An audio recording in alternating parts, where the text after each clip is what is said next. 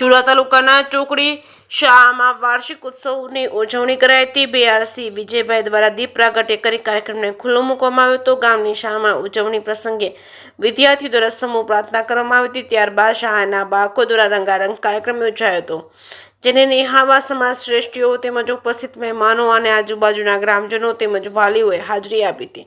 શાળાના બાળકો દ્વારા અલગ અલગ કૃતિઓ જેવી કે ગણેશ સ્તુતિ તેમજ સ્વાગત ગીત, નાટક, દેશભક્તિ ગીત, પિરામિડ, હોડો જેવી અનેક સાંસ્કૃતિક કૃતિઓ રજૂ કરી હતી।